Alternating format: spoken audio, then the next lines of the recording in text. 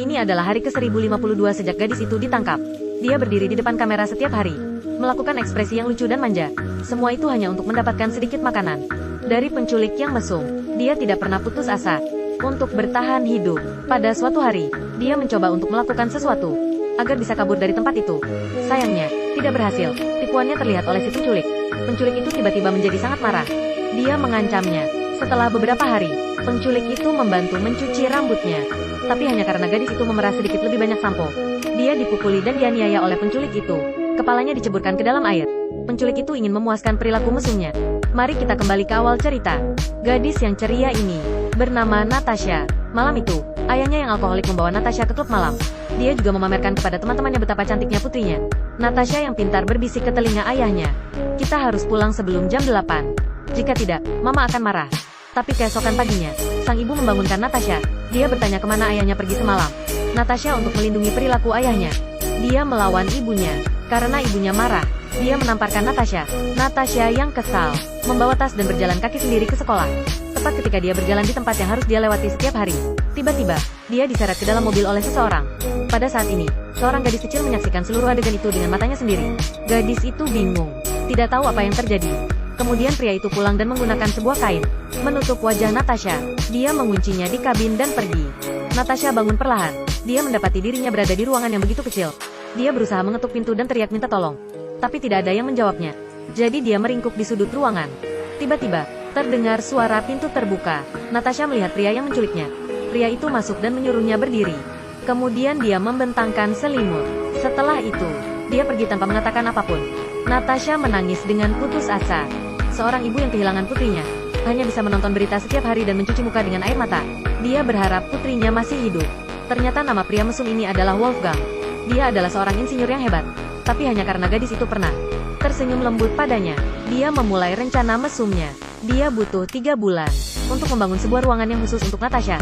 Dia membangun sebuah ruangan khusus untuknya.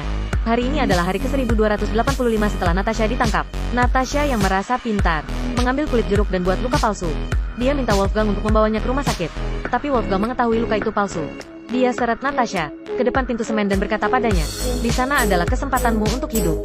Jika kamu melewatinya, kamu bisa pergi dari sini." Natasha tidak ragu-ragu dan bersiap untuk pergi. Tapi dia segera diseret kembali oleh Wolfgang. Dia berkata pada Natasha untuk menyerah.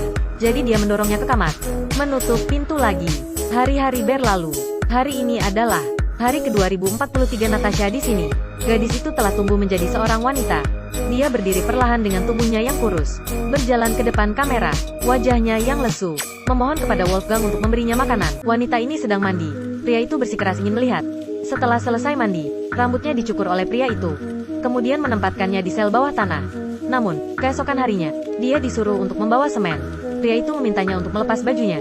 Bekerja tidak memakai baju. Tiba-tiba, pria mesum itu memukul semen dengan palu, berbalik dan pergi tanpa mengucapkan sepatah kata pun. Ini adalah hari ke-2562. Wolfgang mengeluarkan kabel, mengikat tangannya dan tangan Natasha, lalu naik ke tempat tidur. Dia memeluk Natasha dan tidur sepanjang malam. Keesokan harinya, karena Natasha telah menurutinya dengan baik, dia memperbolehkan Natasha datang ke dapur untuk memasak. Tapi pada saat ini, Wolfgang meminta Natasha untuk melepas celana dalamnya. Dia mengatakan padanya untuk jangan memakai celana dalam.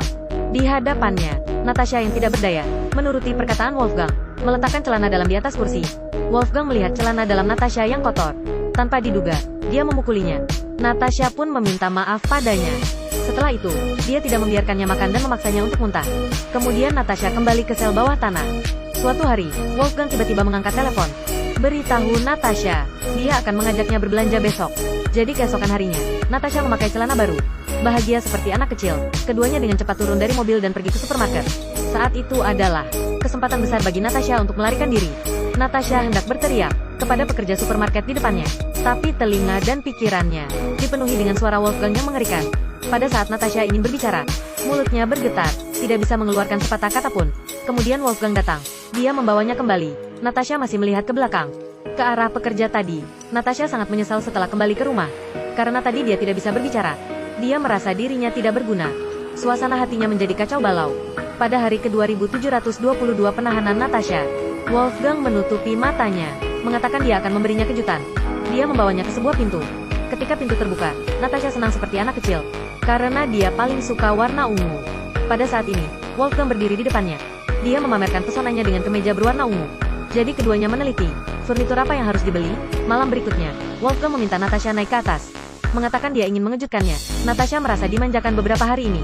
Natasha yang sudah terbiasa, langsung menjulurkan tangannya kepada Wolfgang. Tapi Wolfgang kali ini, bukan ingin mengikat tangannya. Dia memberikan Natasha sebuah cincin nikah.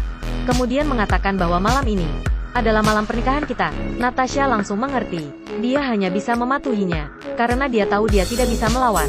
Dia bertahan menghadapi kehidupan seperti ini, dengan harapan suatu hari dia bisa bebas dari cengkeraman Wolfgang.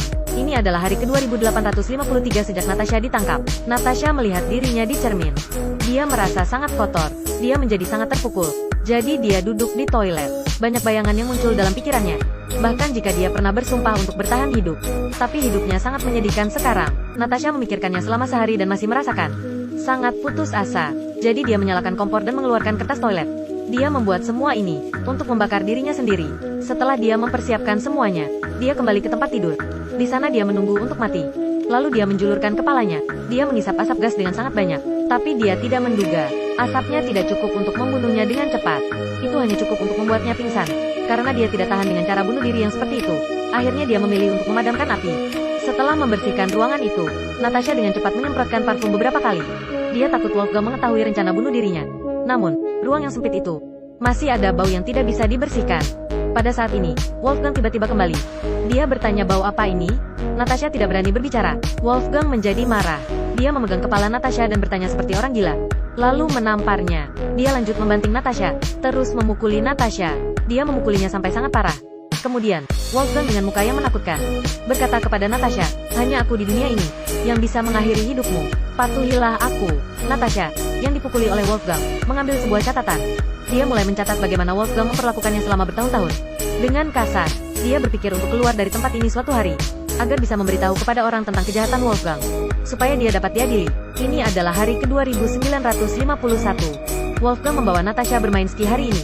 Dia berkata kepada Natasha bahwa dia harus belajar bermain ski hari ini, supaya kedepannya Natasha bisa menemaninya saat bermain ski. Natasha tidak bisa bermain ski sama sekali. Baru mulai, sudah terjatuh.